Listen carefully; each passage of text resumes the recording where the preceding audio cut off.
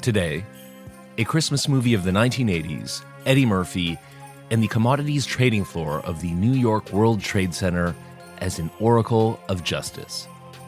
I'm Clif Mark, and this is your special holiday edition of Good in Theory.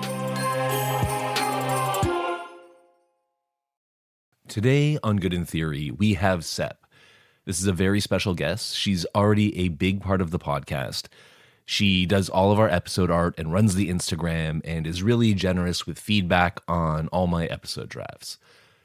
And Sep also runs a really interesting and funny movie blog that you should all read called Sep's Weird Movie Blog on Substack. Today, we're going to talk about one of our favorite Christmas films, which is John Landis's 1983 Trading Places, starring Eddie Murphy and Dan Aykroyd. But before we get to that, Sep, can you tell us a little bit about the blog? Hi, everyone. I can tell you about my blog. It's called Sep's Weird Movie Blog. And it's basically, it started out as me watching a lot of movies in the middle of the night by myself because I couldn't sleep. And sometimes I would see something that was just a little bit off, just not entirely fitting in the Hollywood formula, or just trying to fit in, but something went horribly wrong. Either the premise was a little drunk, or the director, or someone got drunk at some point in the filmmaking process, and it became weird. And that's just delightful. So the first movie I wrote about was Roadhouse, which is about someone this is who a Patrick Swayze movie? Yeah, Patrick Swayze consults about bar bouncing.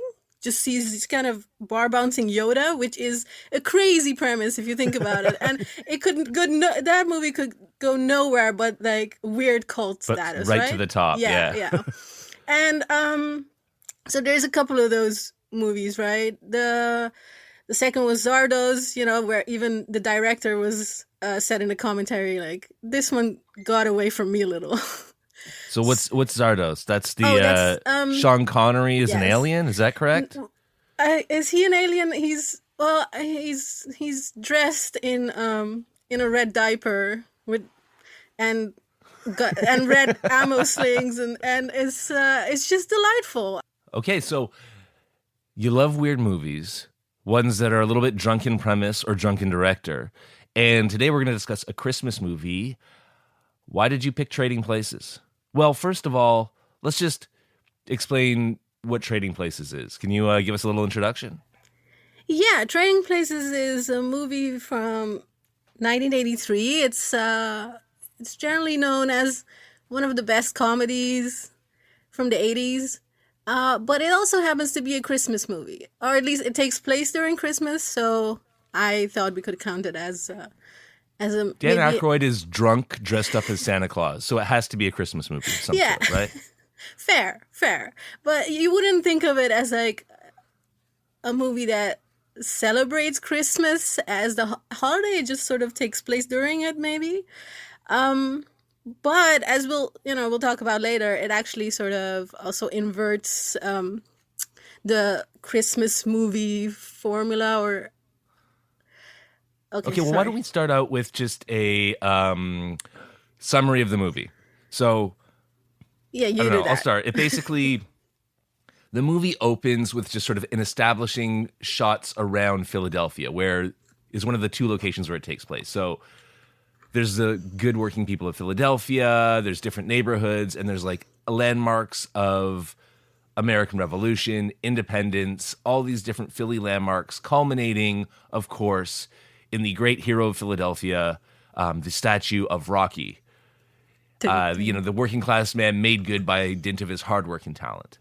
That's where it's happening. And there are two main characters, okay? The Fancy Lad. The Fancy Lad is played by Dan Aykroyd. The character's name is Louis Winthorpe III. And you see him getting served breakfast in bed by his butler, getting shaved. He is a manager, trader, finance guy working for two old white guys called the Duke brothers. The other side of the equation is Billy Ray Valentine, played by Eddie Murphy, who's kind of this street con man, hustler type who you see pretending to be a Vietnam vet amputee and begging people for money and kind of bugging people on the street. And so the premise of the movie is that these two trade places and we see what happens. And they do that because of a wager by Dan Aykroyd's bosses, the Duke brothers. Do you want to explain the bet, Sepida? Yeah, the bet is about sort of this controversy in at the time in science of nurture versus nature. So At the time. well, I mean, he was reading some sort of science, like genetics was new. Apparently, someone got a Right. Nobel Prize for it, and that kind of triggered one of the brothers who was like, "This is nonsense. If you put someone in the right environment, they will grow up right and successful. And if someone is has to deal with like a shitty childhood and bad influences and doesn't get the right opportunities, then they will grow up all criminal and not so successful." And his brother disagrees. His brother thinks that no, it's all in the blood. It's all in the breeding. Like good people are just inherently good, or successful people are just have these qualities somehow in their biological makeup, and no amount of switching up their environment will change that. So a good man's like Louis Winthrop III, you can put him in any environment and he'll make something of himself, just like he did, in this system. Yeah, so And Randolph, yeah. the younger brother, he believes it's the like blood of the horse that makes the racehorse, I guess. Yeah. And so he comes from good stock, it's good breeding, he'll succeed anywhere. Whereas the other brother, Mortimer, is saying that environment matters. So if you take a good horse and put them in a bad environment, they'll go badly. They'll go bad. So what they do is they plan to switch Billy Ray Valentine and Louis Winthrop III to switch their social positions and see if the Eddie Murphy character can thrive as a Wall Street guy, or rather a finance guy in Philly. And they hypothesize also that Louis Winthrop, this successful investment guy, a very steady man, as they say, will turn to a life of crime and completely break down if they strip him of his house and limo and position and job. Yes. And so that's the premise of the movie. They manipulate it so they trade places. They pull Billy Ray Valentine out of jail. They bail him out. They offer him Louis Winthrop's job. They offer him Louis Winthrop's house and butler. And to vacate the space, they take out Louis Winthrop, frame him up for a petty theft, plant drugs on him. And so he comes out of jail. He doesn't even have his own clothes anymore. He's dressed up as kind of a street tough, has a big bruise on his eye. And we see how these two fish swim out of their native waters. Yeah, and I guess you guys can guess why we picked this movie particularly to talk about, because it kind of connects with all the... I guess Plato didn't believe in genetics, because he hadn't figured that out yet. Had he? No. I picked this movie because I like Eddie Murphy. Okay. Well, I picked it because I thought it was a Christmas movie that also kind of tied into the stuff that we've been talking about in the Noble Lie episode and in the latest episode or actually in all of the episodes, where is a good person sort of born or grown in the earth, or is a good person, the result of a good education. And I think, I don't know, Plato leaves it ambiguous, but I thought it was relevant, vaguely. More so than Gremlins. Well, right. Well, I mean, in the Republic, the city and speech they're setting out is a very strict class hierarchy, right? The people at the top belong at the top because they have good natures. They're bred well. There's a eugenics program, but also they live in the perfect environment. So it's both, but there's not really any class mobility there. Whereas this kind of is approaching the same questions about what justifies a person's class, a person's position in the social hierarchy, and it also talks about their nature and their education. So that, in a way, Trading Places is addressing deep Platonic questions. And so let's just quickly say how it turns out for them, right? Yeah. First, they switch places. Everything is going to Mortimer's plan. Eddie Murphy, Billy Ray Valentine, he is thriving in the upper class world of traders and financiers.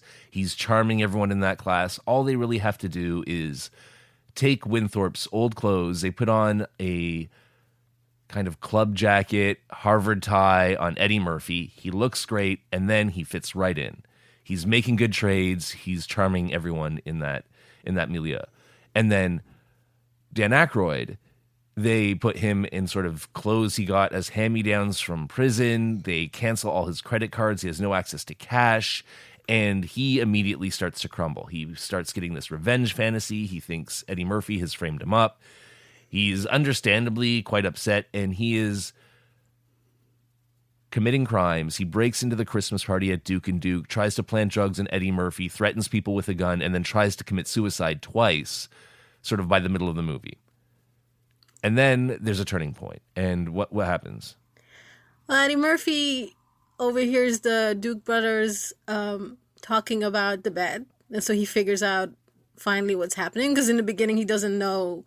He's just suspicious of, two rich guys coming up to him and giving him all the stuff. But he sort of goes with it.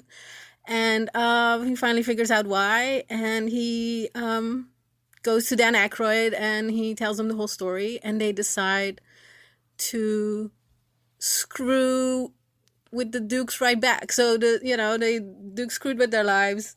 They're like, yeah, okay, we have to find a way to get back at these guys, especially since they were planning to switch them back, switch Eddie Murphy and Dan Aykroyd back. So it was just a bet, and they had no intention of making anyone's life better or hiring Eddie Murphy. They were just gonna destroy Dan Aykroyd because they didn't want him back after what they'd seen, right? Oh yeah, that's true. They had just in messed the beginning with their lives. They were just sort of like, we're gonna mess with their lives and we're gonna put them back once we've settled the bet.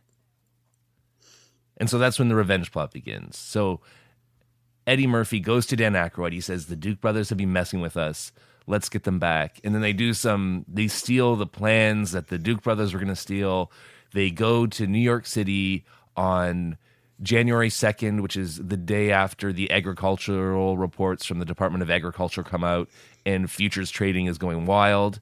And so there's like this insider trading thing. They out-insider trade the insider traders. They go into the futures pit at the World Trade Center on this special day, and there's this culminating scene where they're buying, they're selling, and the long and short of it is that the Dukes are bankrupted because they tried to go long on frozen concentrated orange juice, but Eddie Murphy and Dan Aykroyd, who had the right information, they make a fortune for themselves, for Coleman the butler, and for Jamie Lee Curtis' character Ophelia. They go short. Who will meet. They go short. Well, they buy it at a certain price, and then they start buying it back when it hits the bottom. But anyway, the trading is not so much important. The long and short of it is they go into the futures pit, the beating heart of capitalism, and they achieve justice by bankrupting the bad guys and making themselves rich, and they wind up all living on tropical islands, sipping cocktails with new servants. Yeah, with servants of their own now. So that is basically the plot of the movie. So what do you think is the big Christmas message? Why did you pick this one, Zepeda?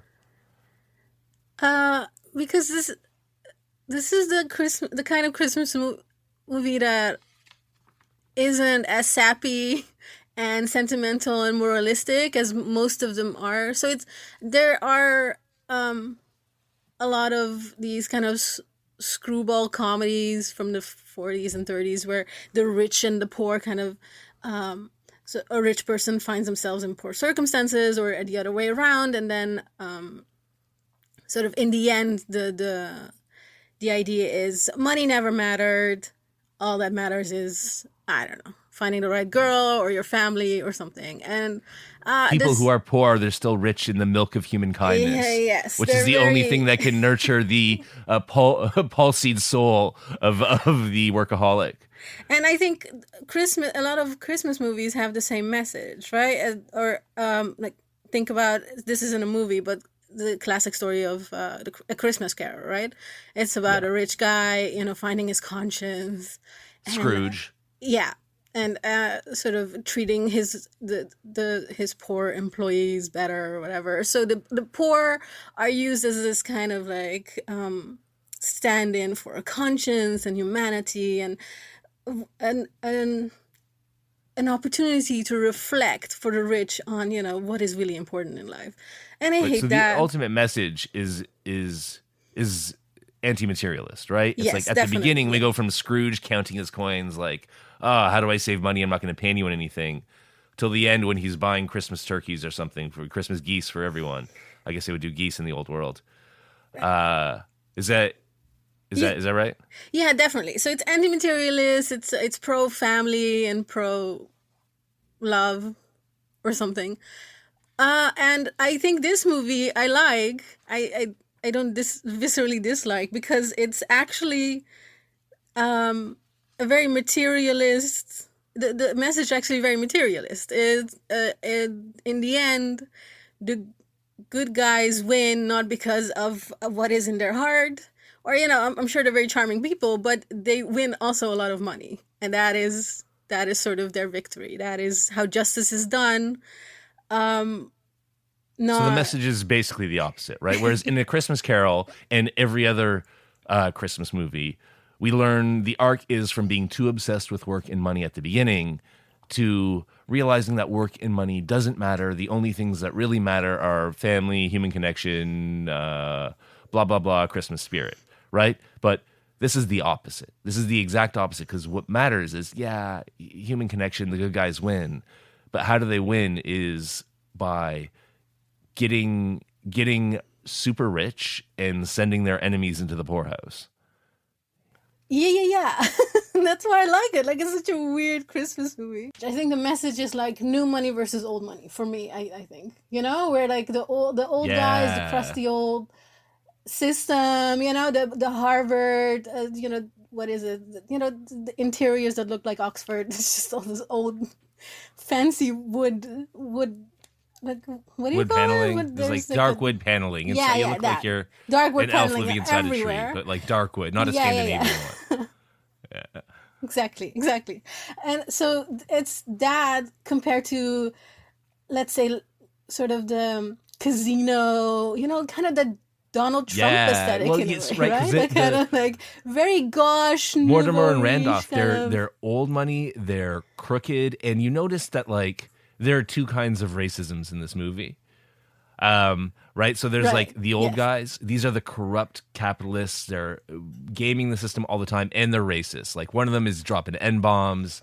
They're bad. He thinks everything, all talent is the blood. They would never have a black person running their family company. So those are the ones that are unforgivable.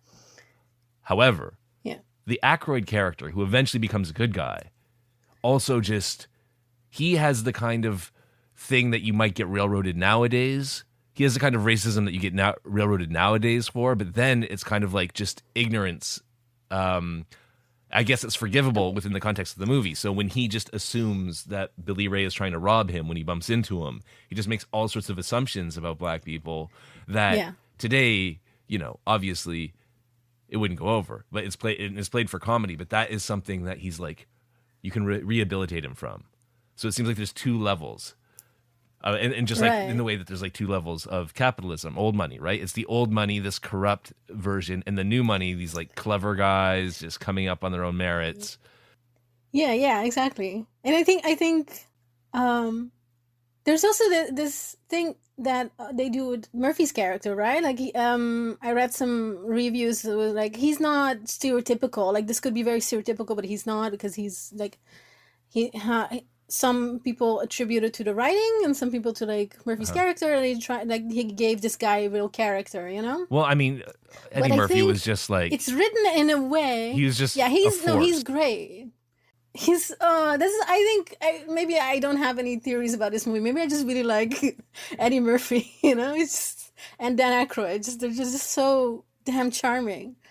But I think it has something to do with the writing too, because they do make him one of the good ones, right? So there's like when he invites all of the people from like his old life to his house, and they Yeah. make a mess, and he's like, obviously he's upset and stuff, and you know. So there's this party scene. Yeah. As soon as he gets the new house and all the money, Billy Ray goes to one of his old haunts, this bar, and invites any ladies back in his limousine who want to come to his new fancy house. And everyone comes. There's a big party. And I, when I saw this as a kid, I was like, oh man, that's bad. Look at all this partying. And soon enough, social circumstance has effect on Eddie Murphy, and he starts yelling at them like, hey, what are you doing here? Who's putting out their cigarettes on my floor? Have you people heard of coasters? And he kicks everyone out.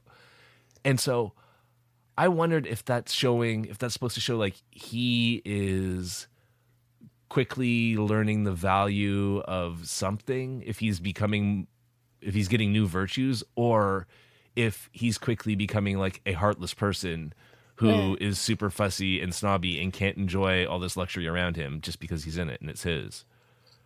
Yeah, that's interesting. What I was thinking about was like the scene before that, where he's in jail, and he's also sort of he's he's pretending like he beat up some people, and he has a limousine, and like he's making up all these stories, and there are these guys who are like, okay, you're full of shit, I'm gonna beat you up, you know. So he's already kind of like yeah, exactly. And so he's already kind of like portrayed as kind of this sort of outsider, you know. And so I was like, is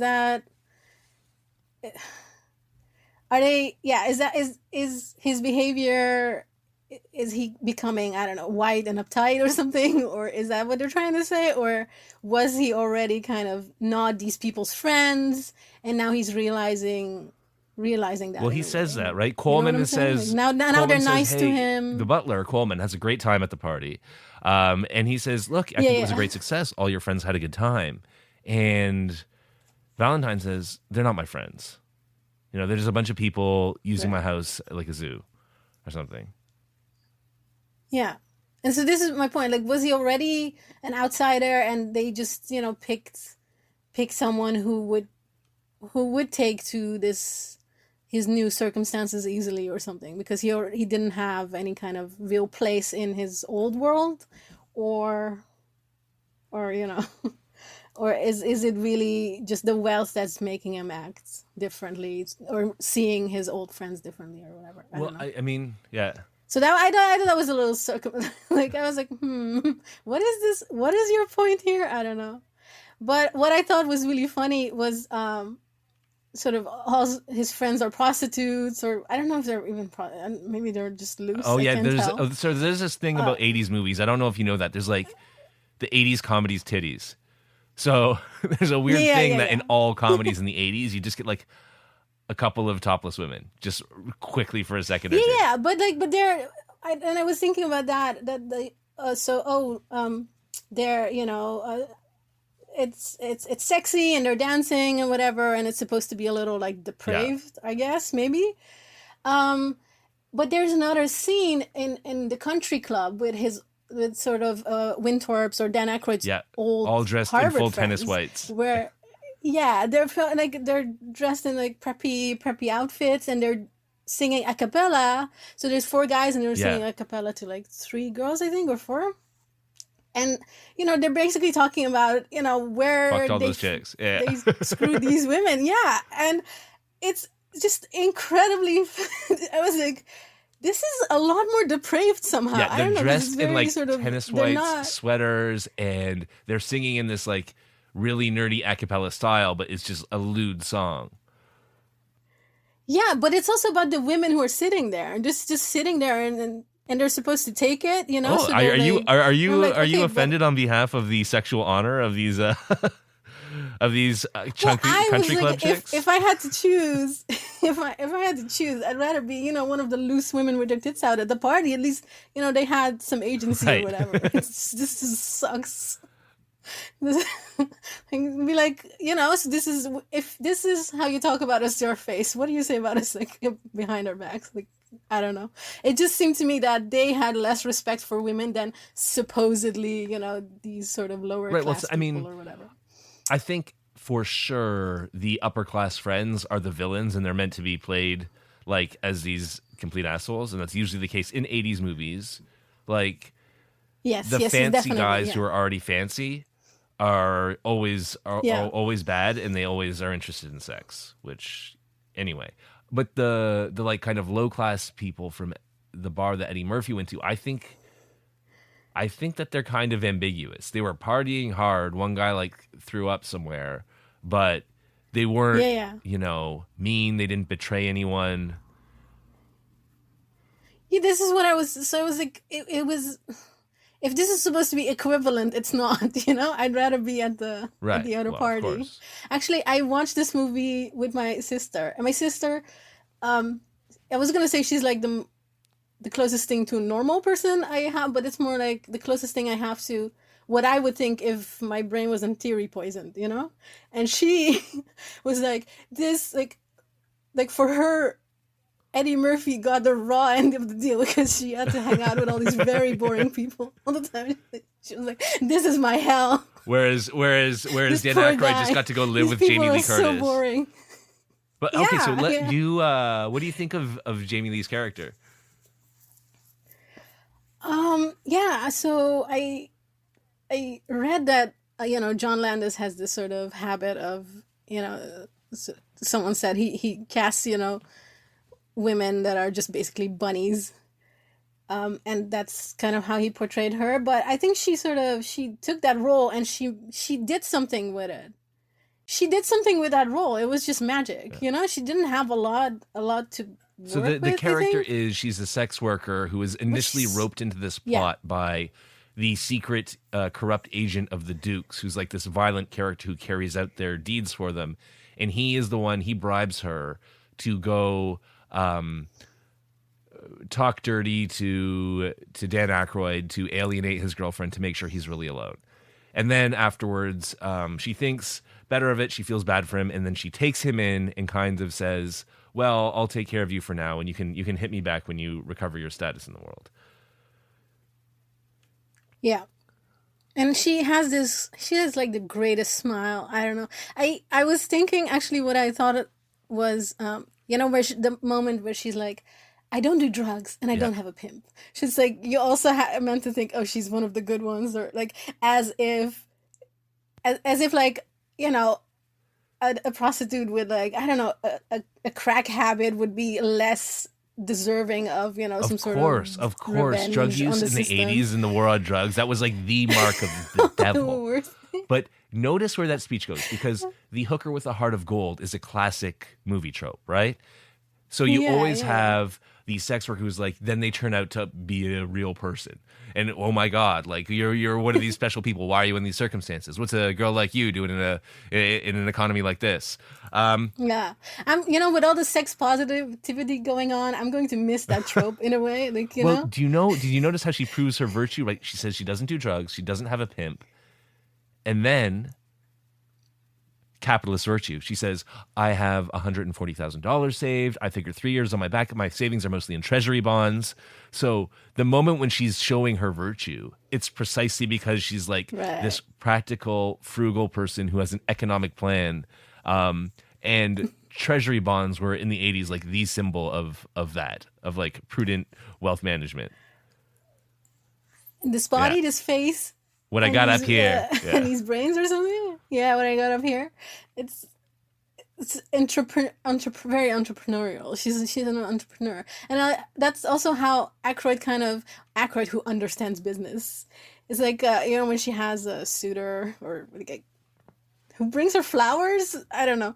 And then he's like, "Oh, I'm sorry, I'm taking up space. Business is business. And just sort of this is how they get each Right. other. Yeah, yeah, Like yeah. Oh, and so everyone like in Aykroyd's sick in yeah, bed with a fever. He can't get up, and then one of Jamie Lee's what Ophelia's clients come over and they have an appointment, but she tells him to leave because she's taking care of that. But Dan Aykroyd, he wants to get out of bed. He's like, business is business. I respect that. I respect the yeah, hustle. yeah, Uh, yeah. Exactly. They that's the both only respect thing the they hustle. respect. Like he's like, yeah, because that's the only Right. thing that counts. Like, even though he is, he's a fancy Harvard guy and she's a prostitute, they're all about making money. That's the it's wildly meritocratic, Like, actually. so Yeah. in a way, this is really about class, right? It's about like the difference between the classes, who belongs where, why can't we sort it out so it is distributed appropriately? But I think that's like the big low key ideological lie in this movie. Okay, so here I go. I'm listening. I'm listening. How Go. class works in this is you put on a different jacket. Like you put the club jacket on Eddie Murphy and he's posh. And you put the weird leather jacket on Dan Aykroyd, then all of a sudden he's this low class maniac. But in fact, like if you read Bourdieu, class doesn't work like that. It works over years. It's habitus. It's the way you stand. It's the way you talk. Right up till the end, Eddie Murphy's still trying to purge the word motherfucker from his vocabulary. Right, but there's this Yeah. scene where Aykroyd goes into the bank and he's very confident. He has these stupid clothes on. He looks like a terrible person who would never be allowed in a bank. That's what he's reading as. But he walks in confident. He's like, I will withdraw $500 in cash, make it 1,000 actually, and so on. He's talking to the banker with utmost confidence, and people treat him like very poorly because of how he's dressed and because of external circumstances. But I think that as a matter of fact, if you speak that confidently and you look at a certain way and you have soft hands, you're actually going to get a lot more leeway than Dan Aykroyd does because you have your class is in your body. You grew up that way. So you're not going to just sink to the bottom. Right. And in the same way, it's very, very hard for people who grew up in other circumstances to immediately be at home at the top in like that fantasy where Eddie Murphy, you put him in a jacket and you send him to the fancy restaurant to make small talk and all of a sudden he's charming everyone. Right? I think the restaurant scene in The Wire is probably more realistic than the restaurant scene in Trading Places. And the fantasy that it's portraying is Right. that we're all the same except for our jackets and our talents. And these like long-term, decades-long educations don't make a difference. Well, yeah, I mean, it fits with the ideology, right? So, like, success is about taking the opportunities and sort of being smart with them, and that's it. There is no. It's kind of that libertarian kind of, I don't know, sort of tabula rasa kind of thing, where like there is no in like inheritance here is bad. Right? So the old money, that they keep saying, like, "Oh, we've been here at this stock trade thing Oh, yeah. for We've had seats here since it was built. 74 We years or built something." this stock Yeah, exchange. yeah, It's stuff like ours. that, The Yeah, entitlement exactly. of old money, unmatched by meritocratic virtue. Yeah. Exactly. So that's the evil, um the the evil here is a lack of opportunities, which is the Reagan era thing. It's not it's not historical, it's just like personally you're either taking your wits and the the the opportunities and the sort of the chances afforded to you and making something of yourself, or you're a loser. Or you don't. And sort of the people who didn't need to have opportunities, Yeah. so old money, who like they all sort of it was all uh given to them. They did nothing to earn it. Those are the evil people. So I think they match it up with like the they match it up also with like the other great evil of America, which is racism, right? yes. So, this is what I wanted to ask. Like, do you think so? The thing you're talking about is basically like, class is something that you have to learn and stuff. But here, it's also like class and race are basically identical in a way, right? So Eddie Murphy, I think the working title of the movie was like Black and White or something. You know? They just go for it in the 80s, you know? Yeah, yeah, yeah. So they actually very explicitly sort of make black people sort of synonymous with poor. The title song was originally Ebony and Ivory by Stevie Wonder. Well, there you go. Oh, that was funny. So and I think that's one of the things where, like, if you look at it now, it's like, oh, that's problematic. You can't just sort of assume that all black people are poor, and so it's like it's very sort of essentialist. Well, I think they thematize that. They say that, like, they don't assume, they play the assumption that all black people are poor for comedy. Yeah, yeah, yeah. I mean, I agree. And that kind of goes back to what you said about class and race working in the same way, being the same in this movie. Because I think in one way that's true. Like I was saying earlier, class, right? It doesn't matter. Class is a lie. It's fake. It's you changing your jacket. And they want to treat race the same way.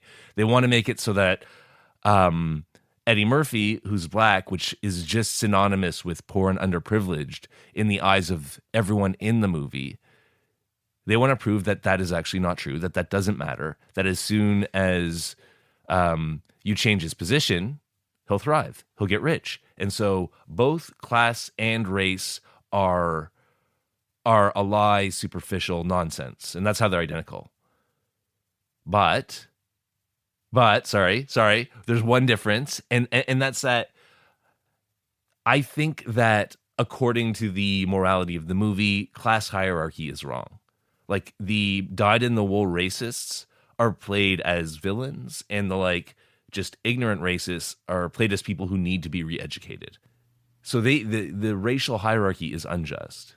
But the class hierarchy, the inequality in society, they never really say that it's unjust, right? The only unjust thing about the current order is that people who don't deserve it, like the Duke brothers, who just got there by inherited privilege, being white, being old and fancy, is that they have all the advantages, and that's the injustices. It's not that very harsh inequalities exist. It's that the wrong people benefit from them, and setting the world right is just putting the talented, smart people who really deserve it at the top, and the people who are just going off privilege back at the bottom where they belong, or wherever their talent will take them.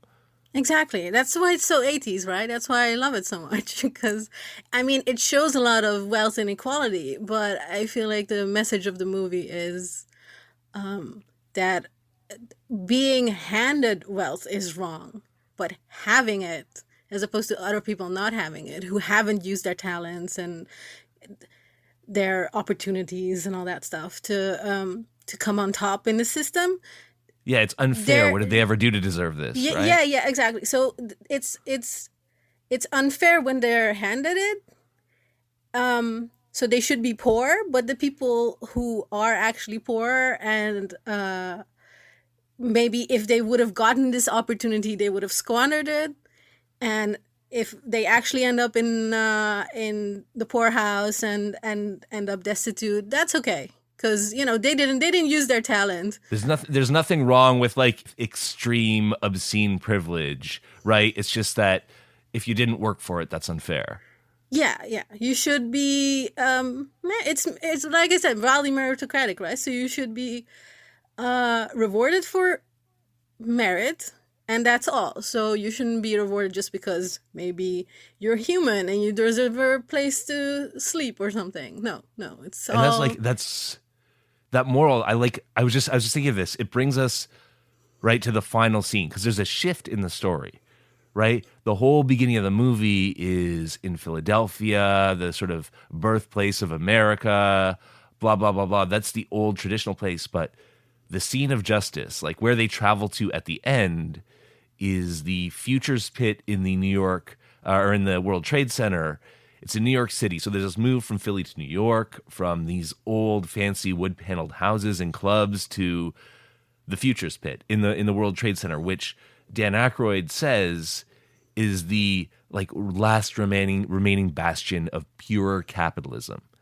And that is like the theater of justice. That is what sets the world right, is going into the place where the only thing that matters is like this fight in a pit between men with their talents and wits to make money on orange juice futures. You know what I liked? That last scene, sort of, it's a crazy scene, right? There's like people pushing and shoving and screaming, and it's just a pit. What I like about it is it has sort of, it's very physical, and I read that actually they kind of toned down the physicality of it, that in real life it's even like crazier than that. And I kind of like that this sort of pinnacle of capitalism, it ends up with like, dudes Actual fighting pit on of a guys rock like or crawling whatever. over Like, each other. yeah, it's just like, yeah, it's just this physical kind of crazy sort of, you know monkey Yeah. fight, for like domination or whatever. Like, I don't understand exactly how it works, but I like sort of the sort of raw physicality of it, and just this becoming kind of like, who is really, the savages here? It's just so, Yeah, but if they're it's so competent primal. savages, they're good. That is, the capitalist is the noble savage of the 80s. Yeah. I did, One thing I was thinking about that, like, kind of that is related to what you were saying earlier about the overall message of this movie of like being one of meritocratic ruthlessness, and kind of a very pro-capitalist morality tale, is the contrast with the other story. So why do all Christmas stories do the opposite, right? This is what you're saying, is like usually the Christmas movie is forget about the material, yeah. remember what matters, the things that everyone has, family, connection, blah, blah, blah, blah, blah. Just a human, I don't know, this shit that you don't care about, you find boring. And this is like, it has the form of a Christmas movie, but the moral is the exact opposite, right? And it got me wondering, why are all Christmas movies like that? Why is it that the Christmas movie, the essential trope of the Christmas movie, is like anti-materialist? And the answer's Yeah. in the movie. Did you catch it? No, I don't know. No, I really wondered that. I was like, I'm gonna ask Cliff because I don't know. Why is this? There's a scene where Billy Ray is first proving his chops in the investment world, and the brothers, he's like, "You got to sell this. The price is gonna stop dropping. It's gonna bounce. We got to buy futures of, I don't know, pork bellies, something." And Billy Ray is like, "I would hold off if I were you. I think the price is gonna keep falling." And they're like, "Wait, why do you think that?" The older brother wants to give him a chance. He wants to give him a chance to show his merit. He puts the order on hold, and he says, "Look, it's nearly Christmas time. People are going insane. This is the maximum anxiety. They're panicking. They think they're going to lose everything. And it's particularly during the season when people are so in debt. They have to pay back all the gifts that they just bought. They're about to hit this massive hangover from spending, and they're anxious. So the holidays are actually the time of maximal material anxiety." And I think that's the answer to why Christmas movies typically are the ones that always, like, Christmas, I wrote in that article, like in CBC before, right? It's like an upside down war economy, a potlatch where we just like torch all of our wealth for like no utilitarian reason. And there's an eventual cost to that. And I think that's why like the Christmas movie is always anti-materialist. It like justifies the potlatch waste of money that we do over the holidays. And it like soothes our anxiety at the time of like maximum financial anxiety. Nice. Like, it makes it okay because it's like, okay, I'm spending all this money and I'm really, really stressed, but it's for family, Exactly. or like it's Don't for, worry about the it's for the money. good. It Just doesn't think of matter. what's important. Right. Oh, that's so interesting. God, that I really like that article. We should put a link to it. I was thinking, like, I don't like most Christmas movies, like, or actually movies about like class and stuff, and like, I just don't like poor people's in entertainment. But then, what Christmas movies I do like? It's like, hey, obviously, Do you want to just clarify why you don't like poor people in entertainment? Lest you sound like you're saying, That's I so don't like poor long. people. Oh no, I don't like. So there's this whole thing about like we should have representation. I think The Wire for me is the best example of this. It's like portraying, because I lived in these places, you know, and sort of whatever the poor part of town or whatever, and it I don't like it being sort of portrayed as entertainment for fancy upper middle class young people, young professionals who can afford HBO, you know? It's like, yeah, fuck you. Fuck you for making this your Yeah. entertainment. I hate that. And so that's why I'm like, you know, if and I've read that actually it makes people more aware, you know, and it's actually educational. But there is something so, I don't know, wrong about it. It just really gets. I don't like Okay. Dickens either. It's, you know, just sort of you know, telling your little stories for the benefit of, you know, people who read. Gross. Fuck those guys. Yeah, fuck those guys. And just, you know, just write about your own class. You know, write All about right, the bad fate, anxiety of your own class. And this is what I was gonna say. This is why I think one of my favorite Christmas movies is Gremlins. But I think the idea of why I like that is actually more visible in Jingle All the Way, where like Go on.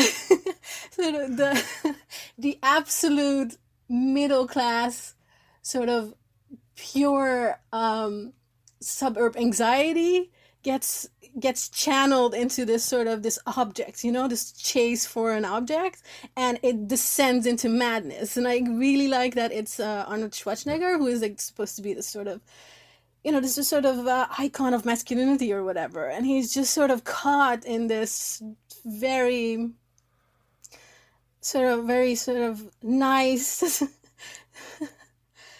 so very so he has a lot of anxiety about these very small suburb living things, you know, like, and it just goes nuts. He goes nuts. He just gets like everyone who is involved in that chase for that one product to make their child happy, because otherwise, you know, their whole life is meaningless, I guess.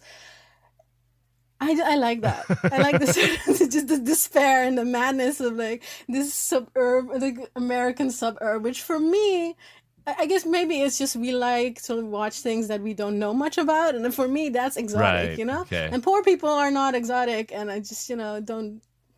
So like some Exotic. people read like Archie and watch these movies as a kind of like nostalgic thrill, and you read it as a exotic American safari. Yeah, in a way, but also just a kind of this sort of the pure bleak descent into madness that starts with, you know, the kind of like the intensification of family life and how close it always is to, you know, being sort of just the void, just meaninglessness, you know. So the intensification of family life leading to a descent into madness ending in the void. Yeah. I think we can end on that. Okay. All right. Merry Christmas, everybody. Happy holidays. Happy holidays, and the Happy New Year or Merry New Year. To the void. To the void.